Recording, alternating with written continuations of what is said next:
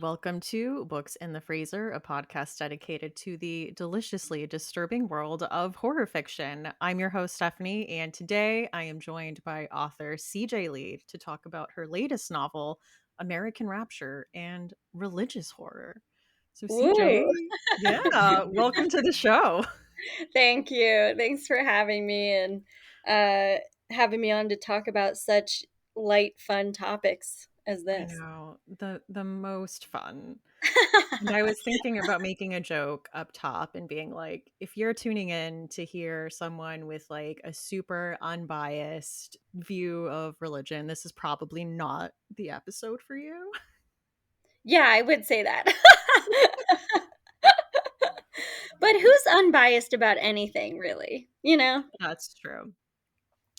But I just have to start this off by saying I adored American Rapture. Thank you. It's really good to hear. It's definitely going to be one of my favorites of the year. It's one of the standouts for sure. Oh man. I don't know if I mentioned this to you, but like it took me so long to write this book. I worked on it on and off since 2013.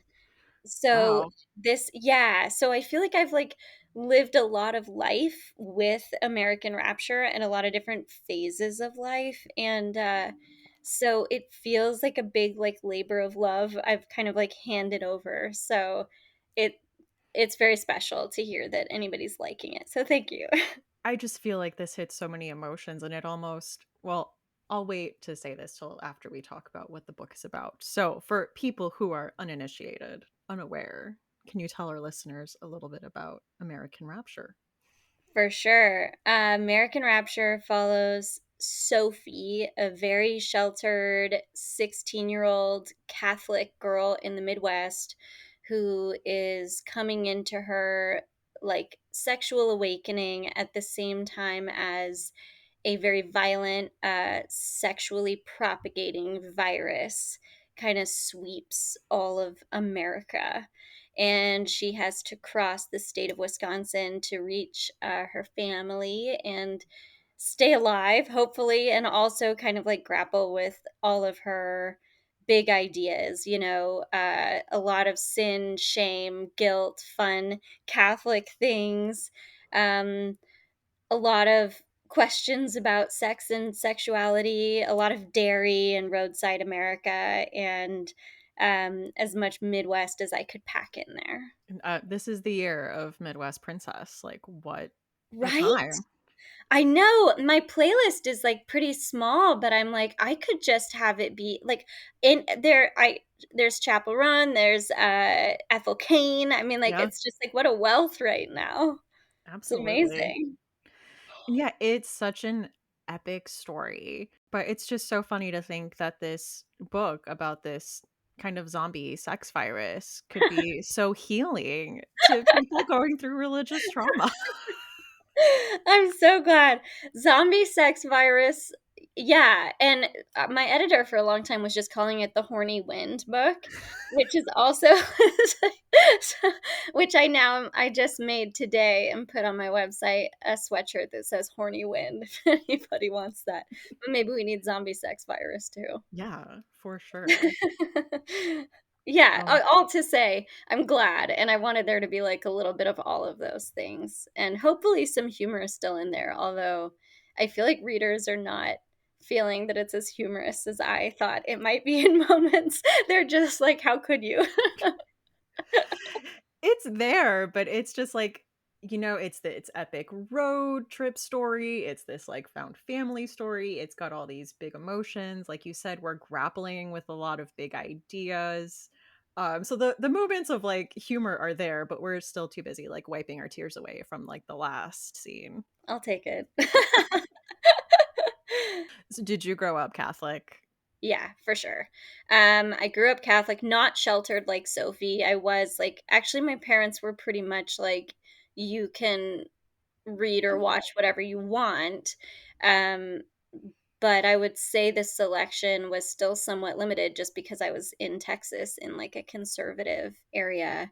Um, but yeah, I went to church every Sunday. I was in choir, I was in Sunday school and youth group for a little bit. And it just scared the shit out of me. Like, I don't know how, like, I know that people did find comfort in it, but I cannot, like, intellectually, I get that, but like, actually, emotionally, I can't understand it at all because even our church was like very red. We had like red carpets, and all the stained glass was like mostly red, and the wood was very dark, and all of the stained glass was like either, the cross, the whole like crucifixion scenes and the betrayal, or it was like demons. And we talked about demons a lot, and demons hearing your thoughts and waiting for you to have like sinful thoughts to come and like that they could possess people and Yeah. they could influence you. And it just was like, I don't know. I was terrified all the time. I feel like that makes a lot of sense, though. Right? What was your confirmation name? I actually, that was where I drew my line. Did you get Really? confirmed? Did you No, grow up I with wasn't this? I was not Catholic. I grew up very fundamentalist Baptist, like Duggar Oh, style, like, I sweet. didn't wear pants, I wore shirts up to here, you could not, like, touch a member of the opposite gender, like, that level of Wow. Sunday. So, yeah, I connected to American Rapture. Wow. At what point did you like, I mean, I'm assuming you stepped away from it. Maybe not. I don't know. I'm thinking so, but I guess I shouldn't assume. It was kind of like a long process because I went to like Fundy College and I married like my husband and I met there. So it was kind of like a very slow extraction. And I mean, what drew me to him was that he wanted to have conversations about things we were grappling with and things that just like didn't make sense and things we disagreed with. And then we just like slowly started pulling away. And then I think the politics gearing up towards like the 2016 election were like a big part of us like officially stepping away from that denomination. Then we tried like a big kind of mega church non-denom, and, in the words of Charlie XCX, I just kind of felt like that apple was rotten right to the core. Like it was just kind of like a different flavor of the same thing. So, Yeah. How special that you found each other and you kind of like yeah. were the same in this way, but also have that shared experience of growing up in that world, because I feel like that's so particular. Like, Yeah, it'd it's be a hard to explain to somebody like the shit that gets in your mind, you know? yeah. It's a very specific type of upbringing and trauma for sure. And there was like a moment in American Rapture that I really connected with. It was just kind of like a small metaphor, but it's in the beginning when Sophie's driving her mom's car and she gets into that altercation and she is trying to get out of the car and her mom left the child locks on. And it's like one of those things when you are raised in this like fundamentalist religion in like a generous sense, it's like out of love you're putting all these like protections on your children to like save them from things, but it's harming them because you are not equipping them with the tools that they'll need. Yeah, 100%. And I remember like some of the more sheltered members of our congregation, like the kids who weren't allowed to kind of do anything, and I was very monitored. I mean, we also grew up in that time period of like I didn't go to the mailbox without like somebody watching me, because it was a lot of like stranger danger, Yeah.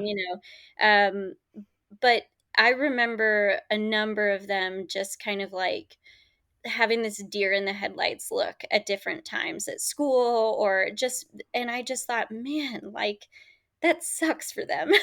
It sucks that like any of these interactions are so jarring, when maybe they were always going to be that way, but maybe they didn't have to be so extreme.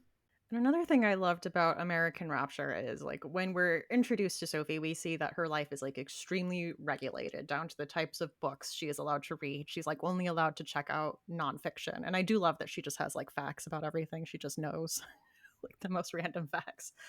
But the first really positive interaction we get with an adult that's not her parents is a librarian giving her a copy of A Wrinkle in Time.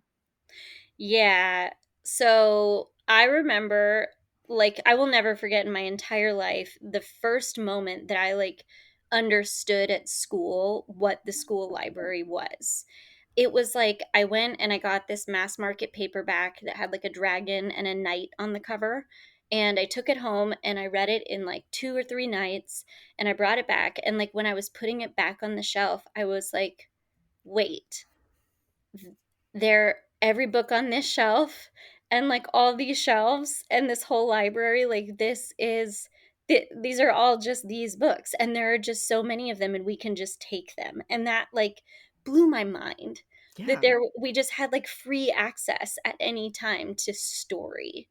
And I think like that moment probably changed my life, and I think librarians do change kids' lives, and A Wrinkle in Time especially is like, man, like, that's one of the most contested and banned books ever, and it's crazy because it's, like, the message is just so loving and bright and kind and kind of mind expanding, and I feel like that kinda says everything about what I feel we need to work on here. Yeah. I mean, especially in a day where we're facing a lot of book bans in school libraries. I mean, in my son's school, like the school board has been taken over by conservative people trying to put in really stringent book review policies, and it's been a whole thing.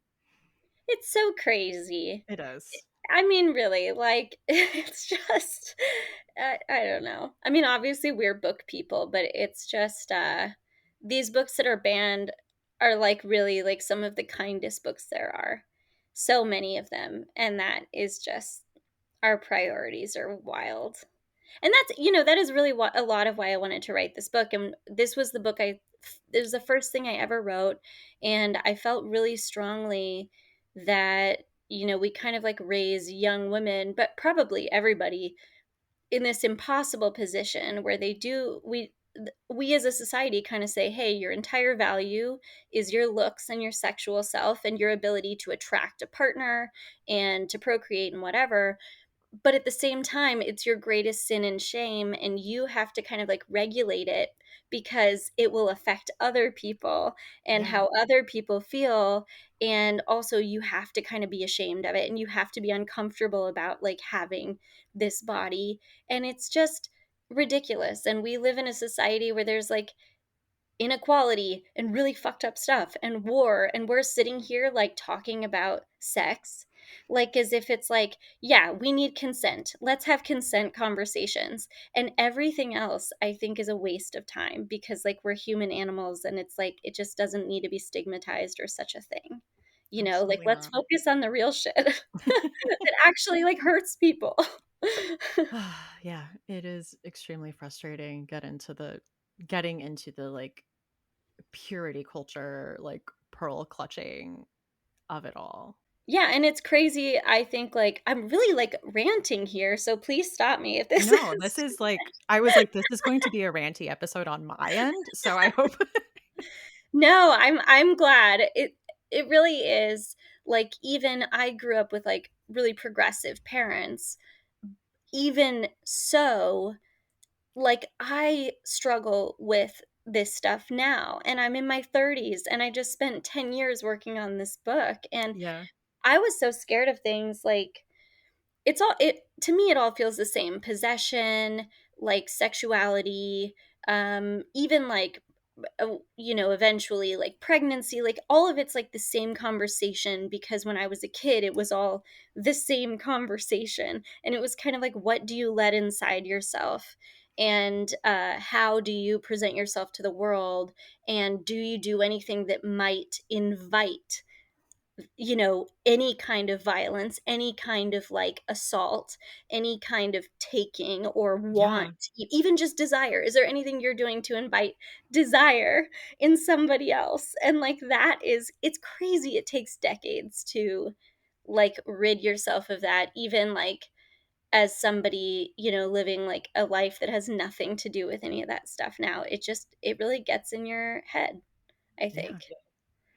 It absolutely does. And I think I know I feel like I talk about deconstruction a lot, but it is like deconstruction because it's so many foundational beliefs that we were 100%. raised with. And like it had me thinking about Inside Out too. I haven't seen it. I heard it's really cute. It is really cute, but it's like all her emotions and like her new emotions that have popped up because of puberty. But it's all about the basic truth she has about herself that I'm a good person.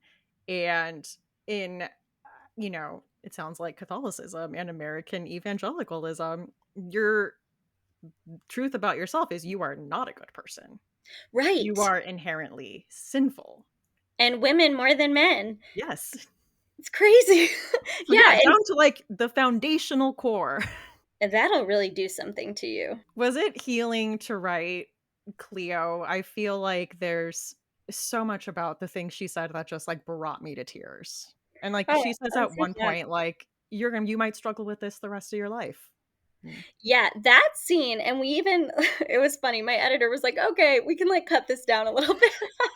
But that scene, I think that might have been the one in the book that made me really like emotional to the point where I had to kind of like walk away and come back because I think I did realize, and some of this is so obvious to people, right? Like every writer reads the reviews. So I've seen a lot of early reviews and I've gotten a lot of love.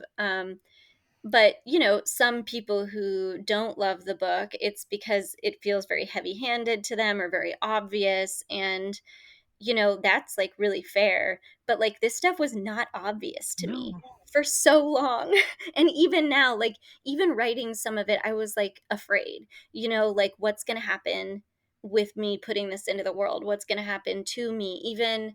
Even my family who I'm very close with and they love me very much, but they're like, are you going to be unsafe with this? Because it's that idea that like if you do kind of push back against certain things, like what is going to happen in this world or the next.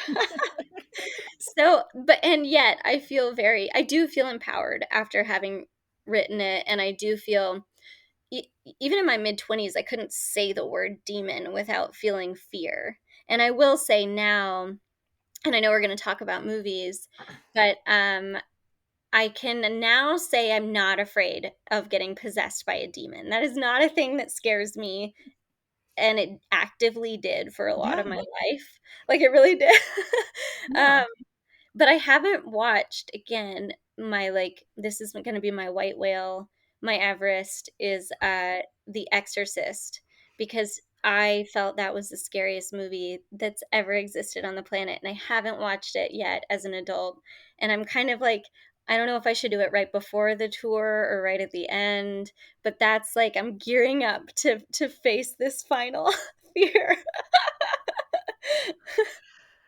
I I think you can do it. I watched it for the first time when I was still religious.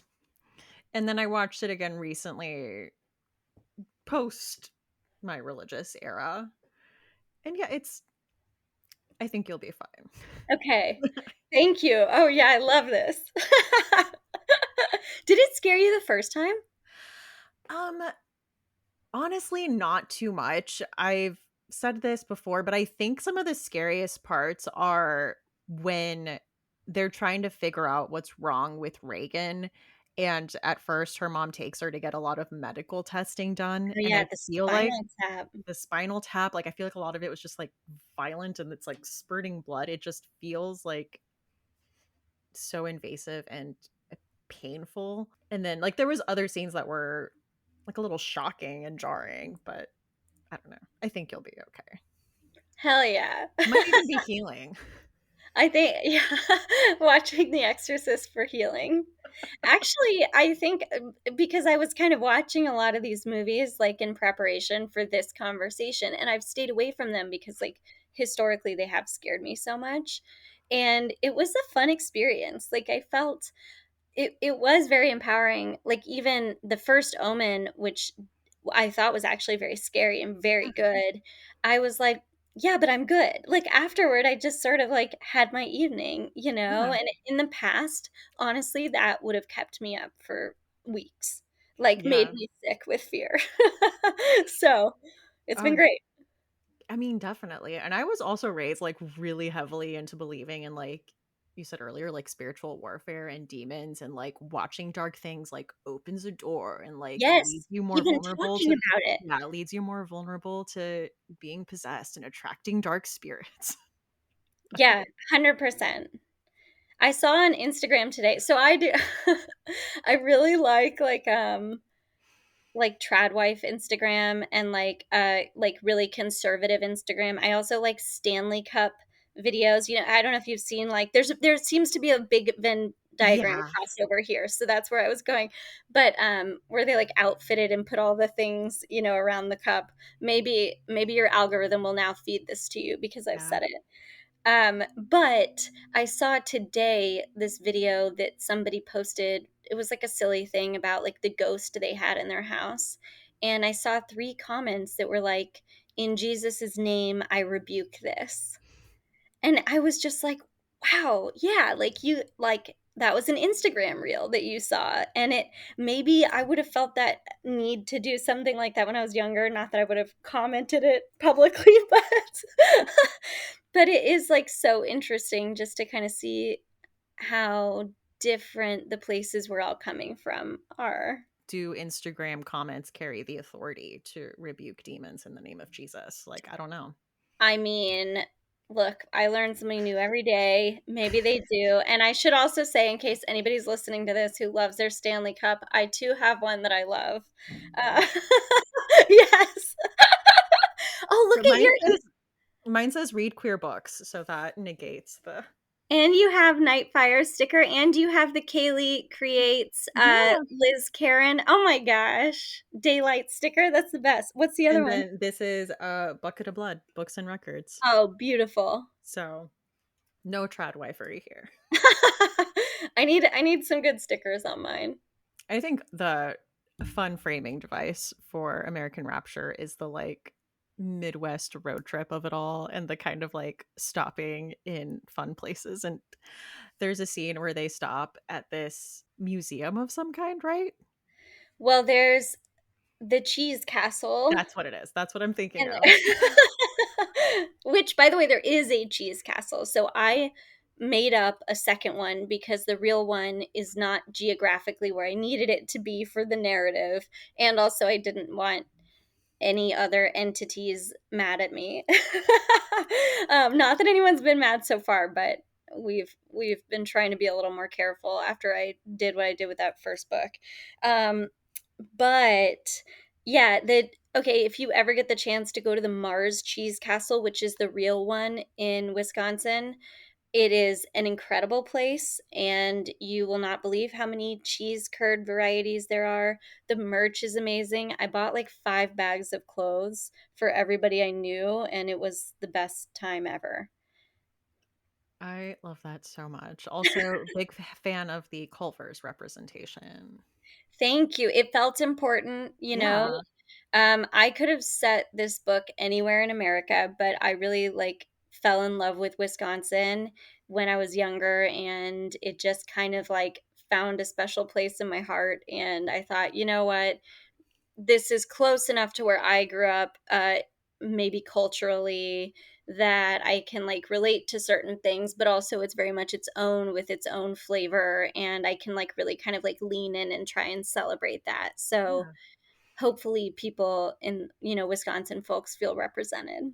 All right. Well, should we talk about some religious horror movies? Yeah, for sure.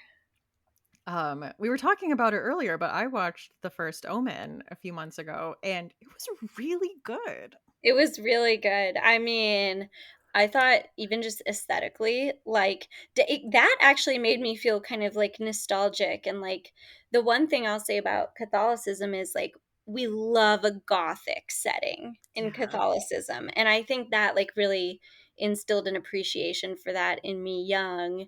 And I felt it in that one. It was really like quite dark and beautiful. Yeah. I mean, Catholicism as an outsider, I've always felt like really nailed a cool aesthetic, I think, with all the candles and the stained glass. And the I was like, incense, pretty yeah, metal. yeah, it really is. It really is. And like even the scary stuff, relics. Do you like, I don't know how Yeah. much like anybody knows about relics. We just like we love our body parts, Mhm. skin, piece of skin. Hell yeah, we're gonna put that in a case. Someone's skull, absolutely. Yeah. Like, "Oh my god, I feel like I'm at a Ghost concert." The first Omen and The Omen, I just thought were, like, a really good, like, movie and then prequel. I was talking about this with Emily Hughes, but I felt like it just really straddled that line of, like, not being too, like, fan servicey, but still being like, "No, like, this is a prequel to The Omen, so yeah, we're, like, making nods at the original." Yeah, and also opening a door with, I don't want to spoil the ending, but I'm kind of like, what's happening there? Are we getting more? Is there a spin-off coming? Like I'm in. The Omenverse. Yeah, exactly. Give it to us. And I love that we had, like, a double nun horror time because Immaculate came out at the same time. Like, you could do a First Omen Immaculate double feature, and I kinda wish I would 100%. have done that. 100%. And Immaculate was like a very interesting premise. I Yes. was like, "Oh, I think I have questions, but that's more about my own watching, about some of the logistics of like bodily fluids." I don't know, was that clearer to you, like the nail to stomach pipeline? Yeah, I don't Was know. I was the think it's just question I had. the crazy scientists just somehow figured this out in a movie There you magic go. science big brain kind of They're way. I don't smarter know. than me, and I thought it was a really great movie. It was a lot of fun. Yeah, it really was. I mean, did you interact with a lot of I don't know, like, are nuns just at all Catholic churches, or is that just, like, a Catholic school thing? That's probably a really dumb question, actually. No, it's Okay. not a dumb question at all. We actually, like, interestingly, our church, we had a lot of, like, priests, and we would have, like, a monsignor is like a that's like a special priest. I think they have to be, like, ordained or, like, somehow blessed by, like, a bishop or somebody higher up to become a monsignor, but they otherwise are effectively the same as a priest. And then but nuns are like, you would see them sometimes, but not really. They're more like off on their own, or yeah, Mhm. teaching at like Catholic schools. But I felt what was more insidious that we had was like Catholic school teachers, like volunteers, because I'm just not sure that like any of that was really regulated. And so like the stuff that they taught us, it was just like someone's mom in the church who Mhm. could say whatever she wanted. Um, and that Yeah. I think is pretty wild looking back and thinking Yeah. about some of those lessons. No, it absolutely is, and that's how my, like, fundy high school and college was, and not to get too, like, personal, but I've had, like, a lot of conversations with my family, which is kinda like, "When are you coming back to church?" And I'm like, there's a lot of philosophies I don't want my children to be raised with, and it's like, I get hit with, like, "No church is perfect," and I'm like, "I guess not," but they just let, like, randos teach Sunday school, and I don't want them to say, like, some weird thing that's then gonna, like, fuck up my kids for years because they heard it Yeah, in and Sunday school from totally, some and kids crazy are lady. so, like, Yeah, they're sponges, like, they're gonna take everything in. Yeah, I so can't imagine. I so can't imagine. That's crazy. I'm like, "So, absolutely not," and that's not even getting into, like, that whole conversation with my family. I feel like that's what I should, like, call this book, and this whole tour is gonna be, like, that whole conversation. It's just like it does feel crazy to talk about it. But I will say, watching both of those movies, which were both bops, everybody should see both, I think. I was struck yet again, and this is a Catholicism thing, not a filmmaker thing or a scriptwriter thing. This is just like literally what the nature of the beast is, or and maybe all religion is like women are literally just vessels. Yeah, They are just vessels for demons or saviors or antichrists. They are just fucking vessels and not people, and that mhm, is crazy. Or they're like killed or tortured or cast out because they're not acting as like a good vessel. yeah, And it is like that's where we are. that is where we are. Um, Wild to think why in this year, 2024, we have so many anxieties about women's bodily autonomy. But Yeah, anyway. what's that? No, but seriously, like, I remember at my fundy college, like, asking one of the unmarried, like, spinster ladies that, like, worked at the college. She was talking about, like, finding your purpose and that, like, your purpose is finding a man of God and aligning yourself to that, like, man of God via a husband. And I'm like, "Okay, well, you're not married, so, like, what is your purpose?" Yeah. And she was like, "Well, I've, like, aligned myself to this pastor, and I follow him, and that is, like, my purpose. Is just, like, whatever he says." I'm like, "Yikes." And I also had to sit through so many super condescending, like, ladies' conferences where I just remember, "Oh, your purpose is different than a man's purpose, but it's not, like, less important." And I'm like, "Oh, it inherently is less important, like, fully." Yeah. Yeah, fully, right? Or it's so important in this vessel capacity, which doesn't really require like a personality or thinking Mm-mm. necessarily.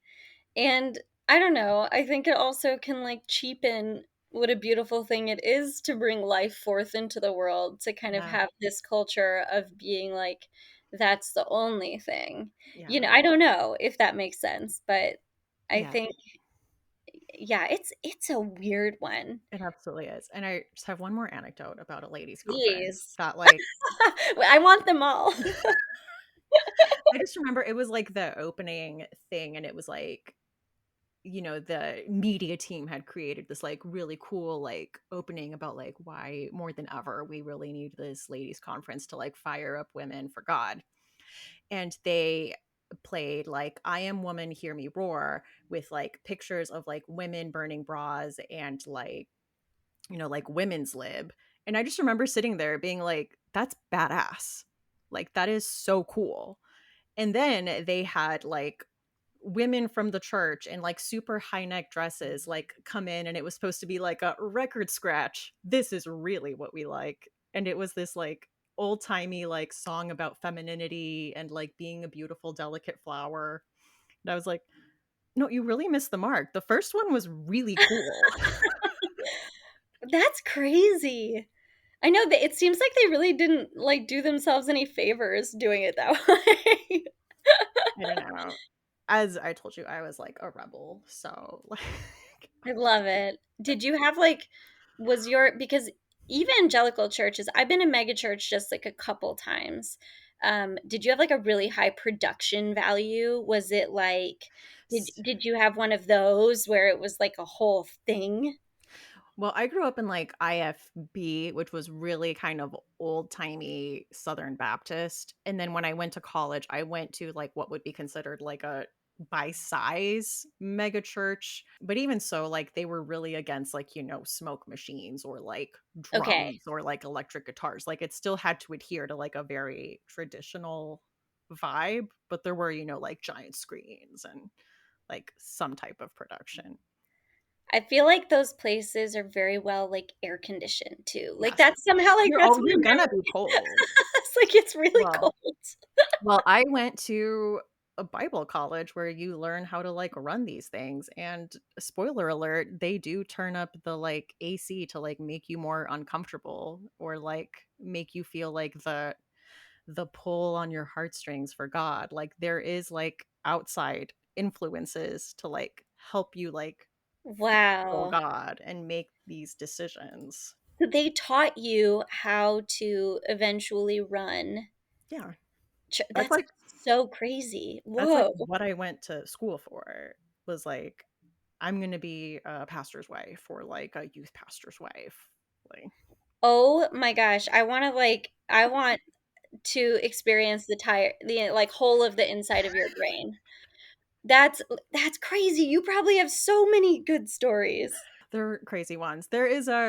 I'll talk to you after the show. There is a documentary about, like, the place I was raised Oh, on I love it. HBO. Yeah. I've seen most of them, so I'm excited to know which one. That's so wild, and actually that like, the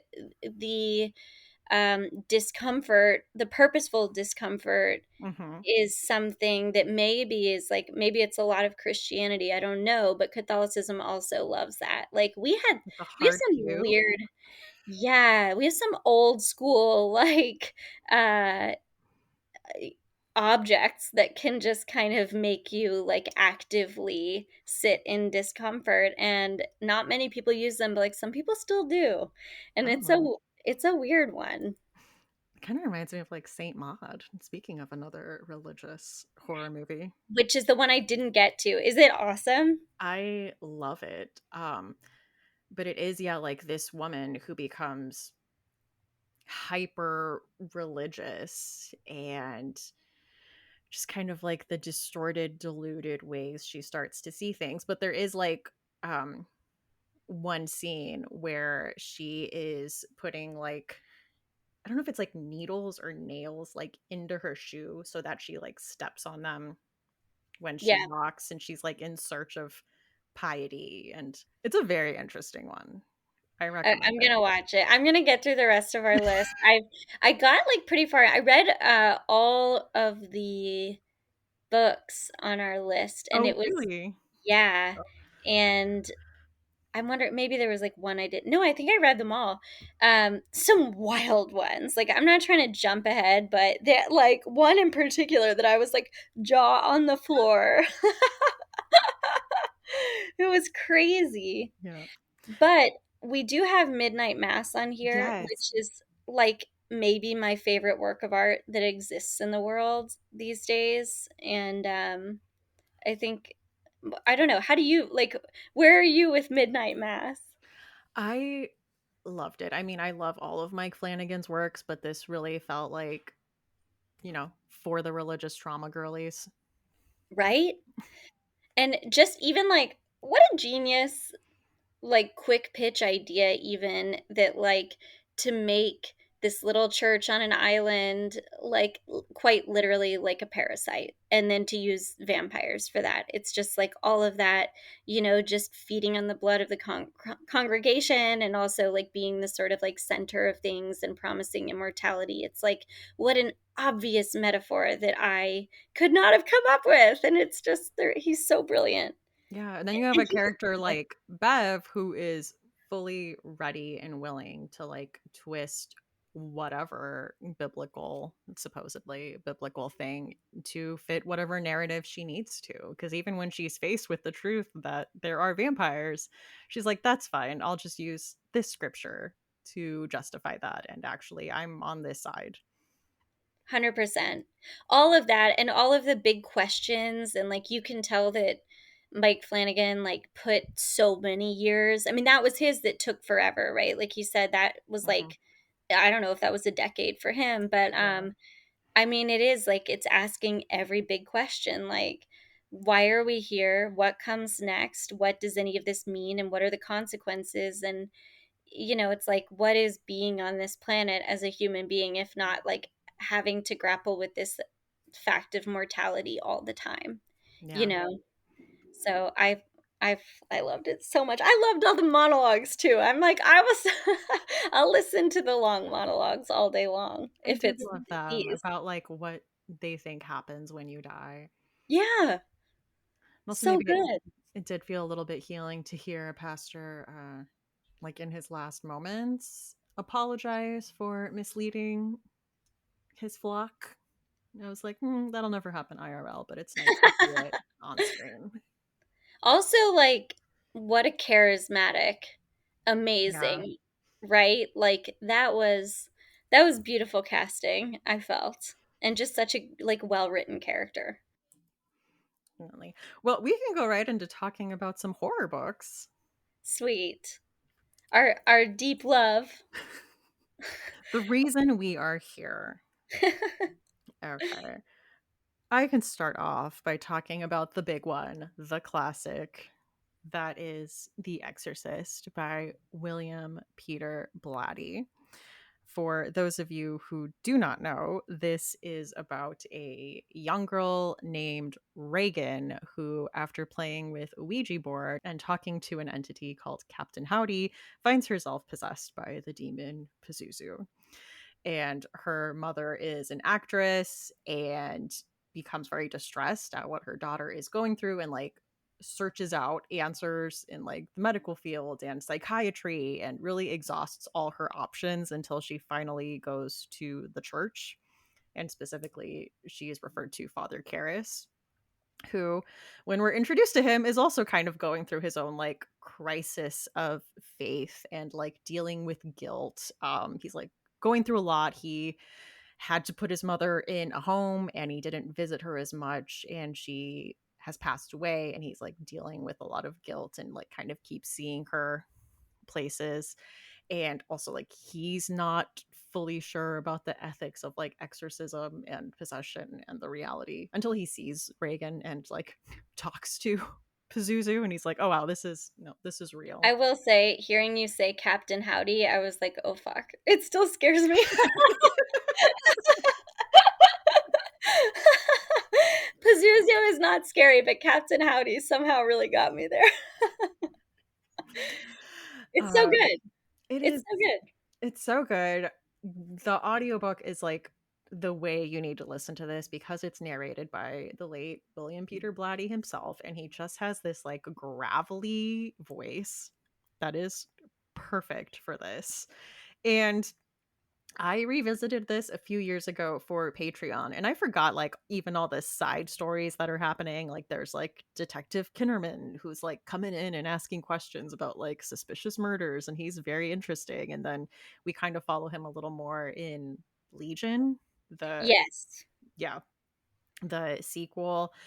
And if you want to look at this through like a feminist lens, it is this like secular single mother whose like daughter gets possessed because she was too busy working and not paying attention to her, and the good guy priests come in to like save her and sacrifice themselves for her.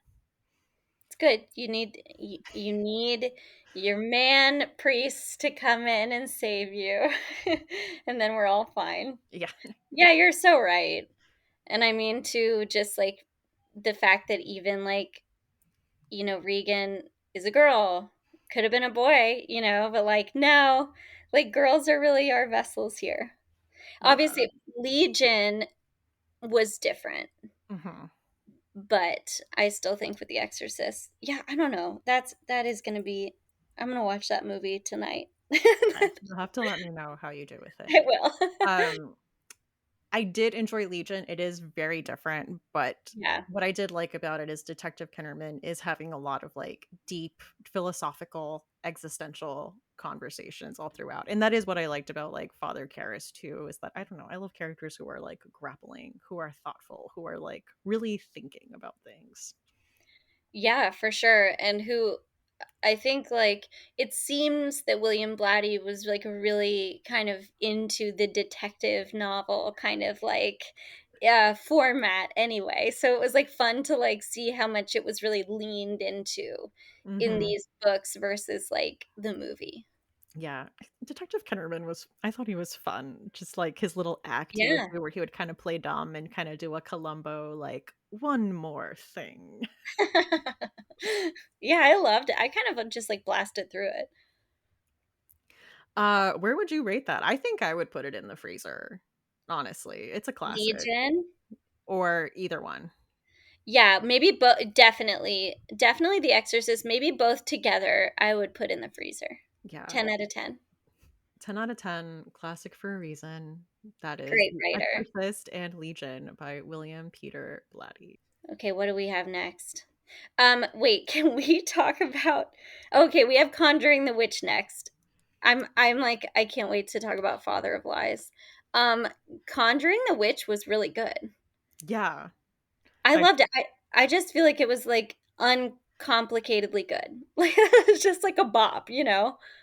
It was, and yeah, you're, like, following this couple who, like, moves into this rural town, and it's one of those towns where there's kind of, like, nothing to do except go to church and be a part of the church, and that's where, like, your whole social life comes in, and I feel like it's also, like, the kinda thing where you start going into a church and they, like, bring you in with the, like, friendship and extra stuff, and then they're like, "By the way, here are really rigid gender roles, and, like, here's the more sinister aspects."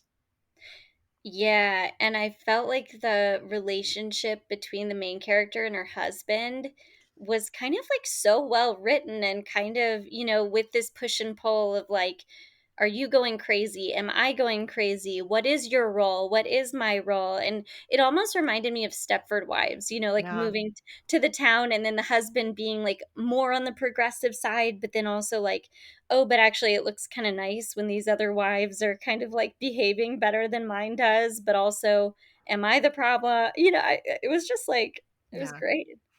And I also loved that in the end, the solution was camaraderie with women and like coming together and finding like your collective power. Like it wasn't putting these women down. It wasn't putting these women down or like discarding them. It was like, no, like to fight this, we all have to be in this together. 100%, and not just the women of like the present tense, but like even like Mm. past women and other women like affected by this place, Yeah. which I loved.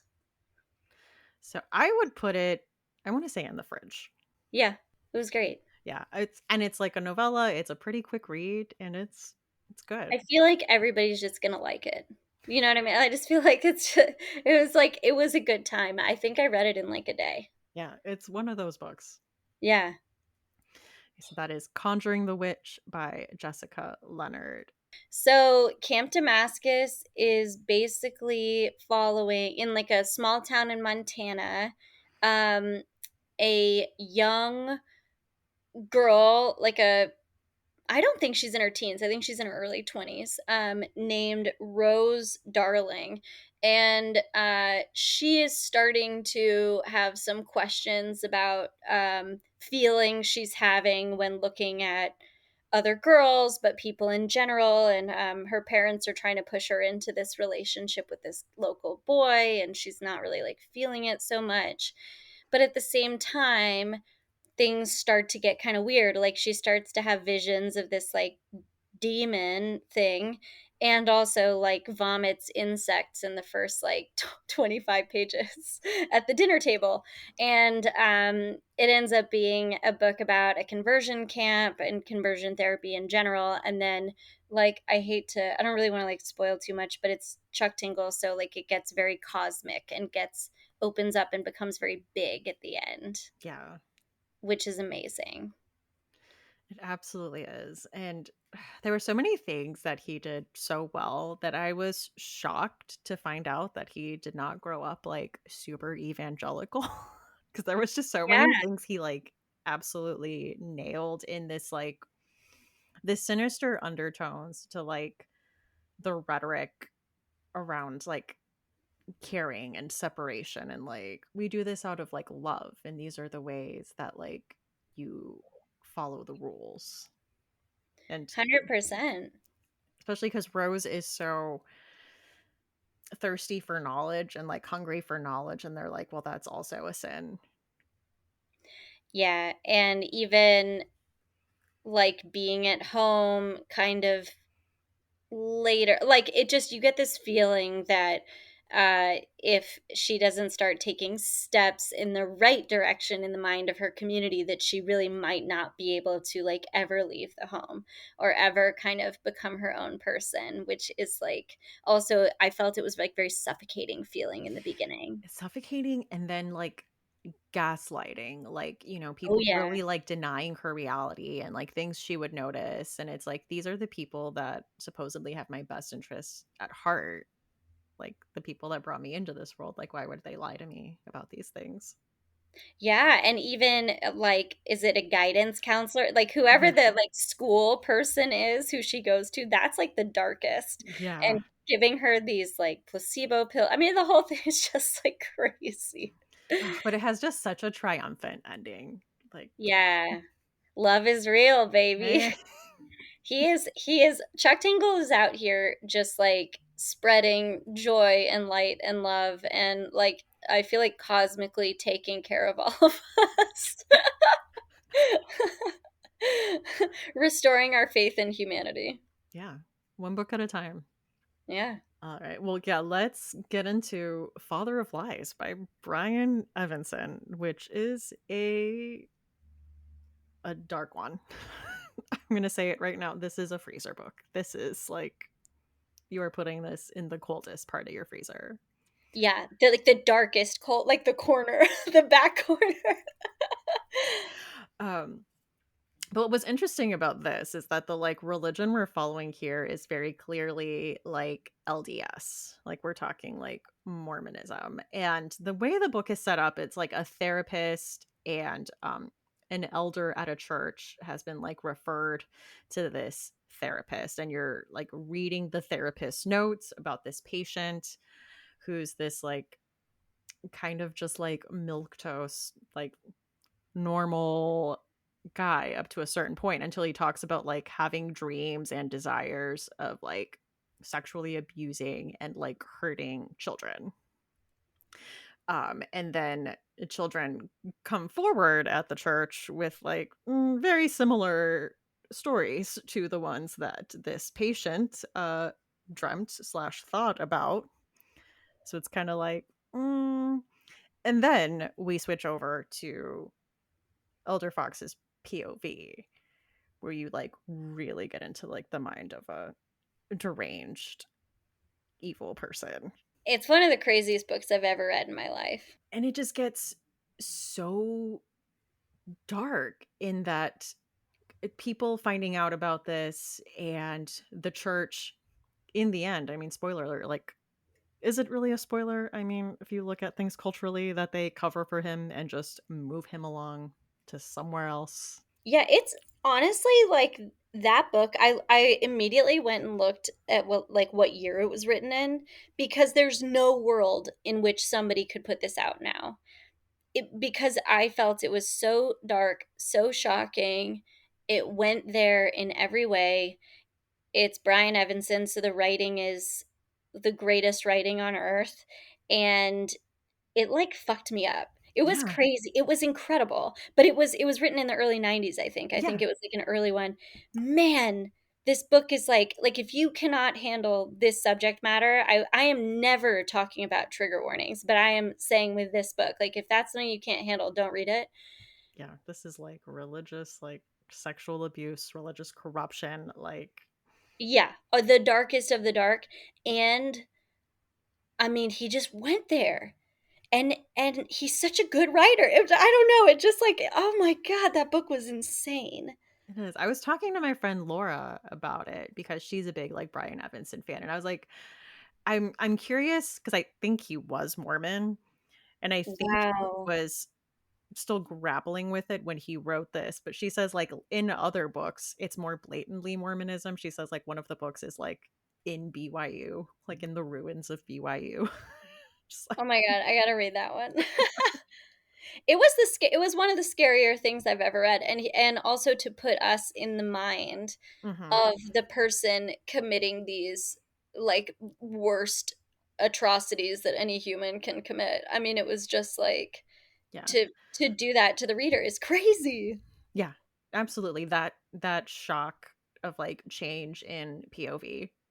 Shock. I mean, shock. I was on an airplane listening to this, and my jaw was like, I probably looked insane, but I just, man, like my heart's still pounding, thinking like it was just scary.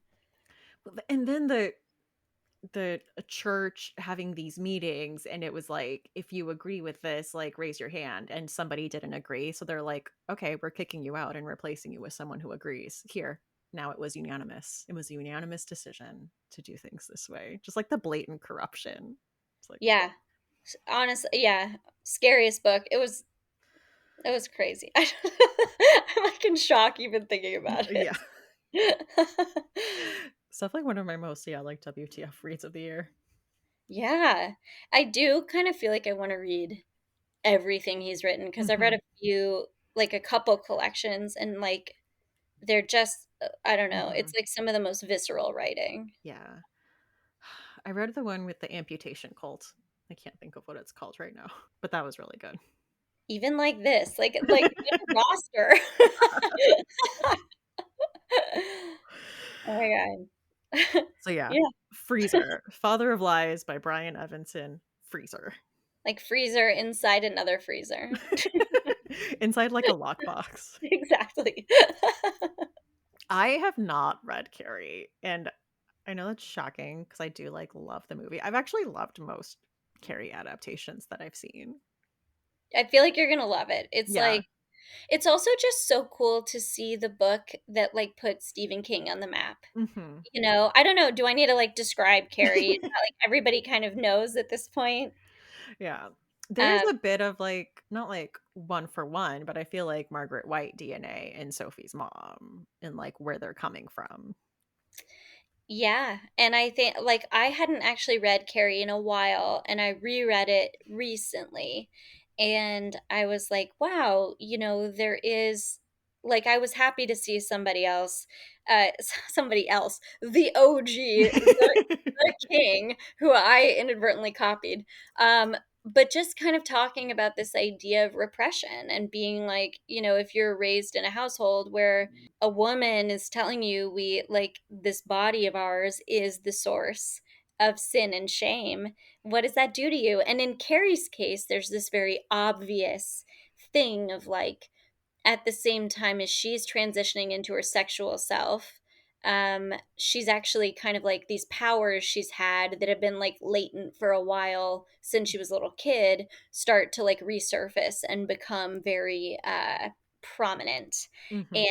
And instead of stepping into her power or being taught how to do that or like figuring out how to channel it in any healthy way, it's like, oh, no, no, everything about you is shameful, so you have to kind of like hide it away, and then that creates this like awful pressure cooker Yeah. inside a very powerful young woman. And I feel like what better metaphor is there than that? And that beginning scene, which is equally shocking, scary, sad in, I would say, the book and the film, is like it is literally about like a young woman like grappling with this sort of like maturing, and even like the throwing tampons at her, it's like Yeah.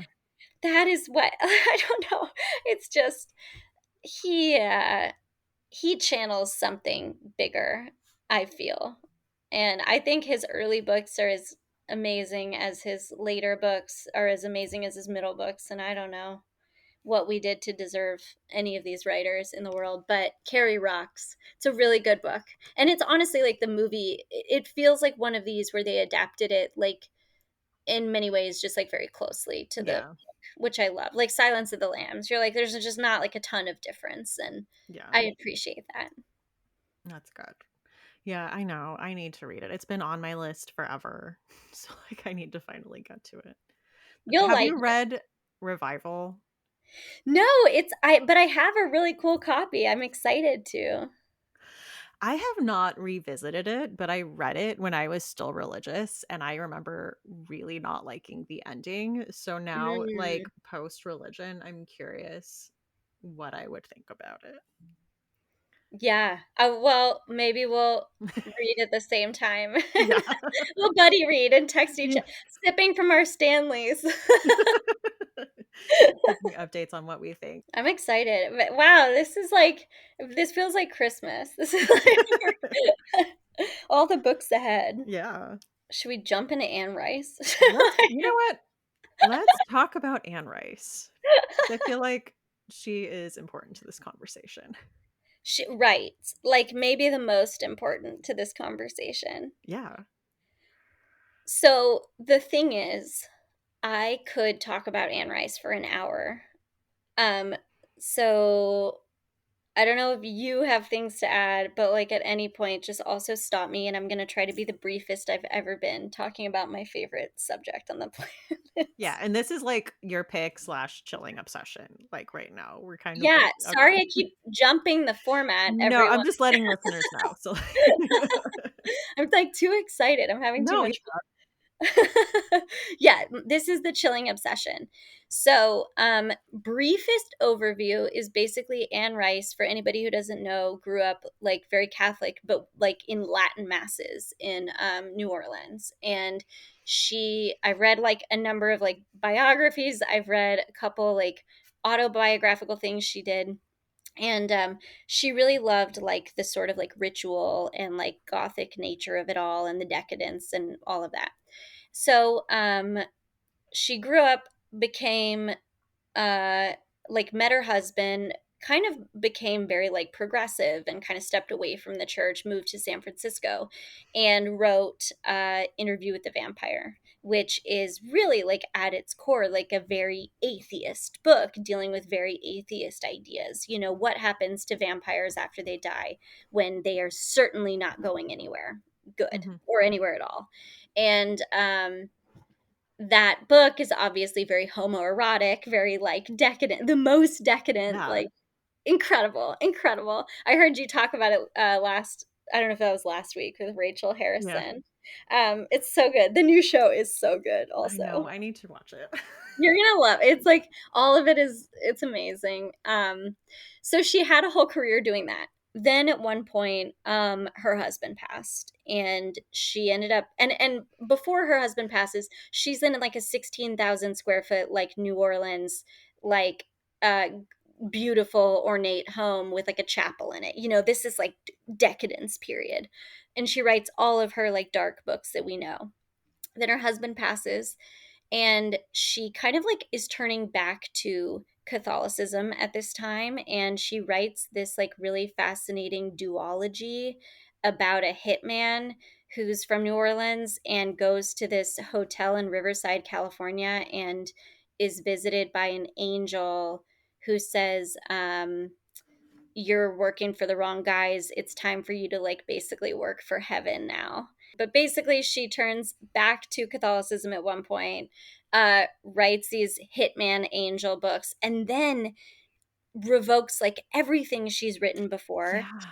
Right? I Writes this book remember that. about how Yes. she's only going to write Christian narratives now. She wrote two books about Christ's life that were completely austere, no decadence. Um, I'm gonna say everything she wrote was perfect. These are my least favorite of hers, and I was like primed to be into them. But uh then her son, and if Christopher Rice is ever listening to this, and if I got any of this wrong, like please like call me out, because I don't want to do anybody wrong here. But basically her son was gay. She realized the church wasn't in support of that, and so she very publicly said, actually this breaks my heart, but I'm going to leave the church in support of my son, because Mhm. she was an awesome mom. And basically then kind of started writing, went not all the way back to the stuff she was writing before, but kind of somewhere in the middle, and actually wrote some stuff with her son, which is really good, and he's like an amazing writer himself. So yeah, anyway, really fascinating. She was alternating between like a very decadent lifestyle in New Orleans and a very ascetic lifestyle in the desert of California, and I just at different points in her life and grappling with this Catholic thing. And I don't know. I just feel like that's the most important thing any of us can look at, is like somebody, like an artist, taking an entire lifetime to Yeah. grapple with this religious, with these ideas, and to swing kind of so far in both directions and give us such beautiful work in all Yeah. spaces.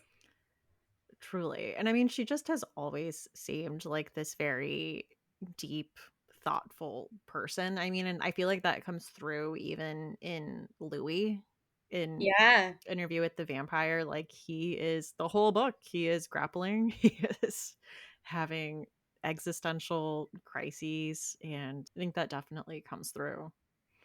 It's amazing. And I mean, really, yeah, asking these questions of like, if you are in like an atheist moment, like what does that mean? And if you are in a really religious moment, what does that mean? And what are the sort of alternatives to either of those? And I think it's that midnight mass feeling. It's just like needing to ask these questions. Yeah. And Anne Rice just was one of the most exquisite writers. Like anywhere, and I think wrote decadence in a way that like nobody else can, and queen of eroticism and romance in horror, or you know, the two playing off each other. And I think I'm all for that.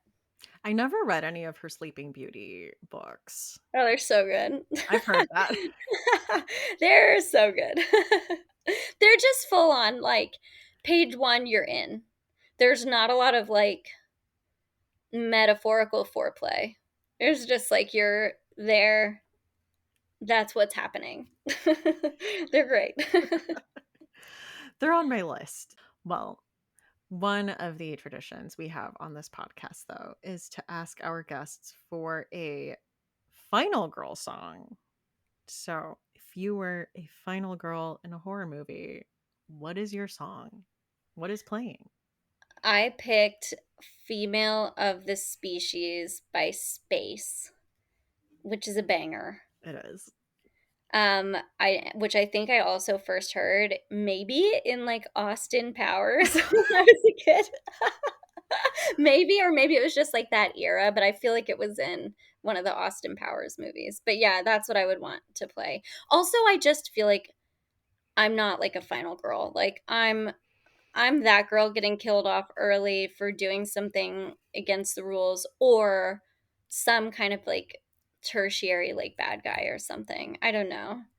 I just feel like so if I'm walking away, it's like I need a song like that. That's like maybe I wasn't even maybe I don't know. What's yours today? Do you have one? Uh, Not today, but thinking about that. It's a song I've added to the list before, but it's like Dumbest Girl Alive because I feel like if I would be the final girl in a horror movie, it would have to be just like, even though I make all the like wrong decisions out of anxiety, like it would just be like one of those like Tucker Dale versus Evil, like I should not make it as far as I do, but I I still love somehow that. am like the last one standing. Right, put You're the emojis one on my we root grave, I'm the dumbest girl alive. That's an amazing answer. Well, thank you so much for coming on the show today and talking religious horror. Thank you for having me. Like clearly get very excited talking about it with somebody I feel like, like-minded and it's a big topic. Yeah. Yeah. I feel like we could like go on and I really appreciated your recommendations because I had so much fun like reading and watching these things. Yeah, well, thank you so much for doing that. You absolutely did not have to, but that made it so fun that we both like read everything and were able to like really talk about the picks. Yeah, well, oh my God. Also, I just trust your recommendations so much from the show. It was really, really fun. Where can people find you online? Instagram at Siege the Moment. And then I do have a website, cjleede.com. And I have a tour coming up, and we're going to have a lot of merch. If anybody, religious themed merch, if Oh, anyone's into nice. that. Yeah, so please come out to events if you can. And speaking of banned books, I am donating $1 for every hardcover that I sell before October 22nd, mostly because that number is easy to keep track of because that's the first week in pre-orders. But so, if you do want to get American Rapture, I'm going to give back in my small way I to love that. unite against book bans. I don't know if I said that. I love that. And also, listeners, you need to get a copy of American Rapture. One, because it's just like a beautiful cover and a beautiful book that you need on your shelf, but also because it's a great time. Even though we're dealing with some like big topics, it's still at its core like a fun time. Thank you. There's cheese in it. Yeah. What else do you need? Thank you again. Thank you. You're awesome. Books in the Freezer is a bi weekly podcast. We post episodes every other Tuesday, except this last month of October, where we posted an episode every single week to take full advantage of the High Holy Season. You can find us on Instagram, Threads, and TikTok at Books in the Freezer, or send us an email at booksinthefreezer@gmail.com. Show notes for this episode and all previous episodes are at booksinthefreezer.com, where you will find a list of the movies and books mentioned, as well as different ways you can show your support for the podcast. Things ranging from affiliate links to merch to Patreon. You will also find a link to the famous Books in the Freezer Final Girl playlist, where a playlist on Spotify has every single song that has been selected by a guest as their final girl song. And you know what? It's a pretty good playlist, if I do say so myself. As always, thank you so much for listening. I hope you all had a lovely October and are finishing off the year by reading some great horror books. I know I have a few I am trying to get to by the end of the year. I have been your host, Stephanie. Thank you so much for listening, and see you next time on Books in the Freezer.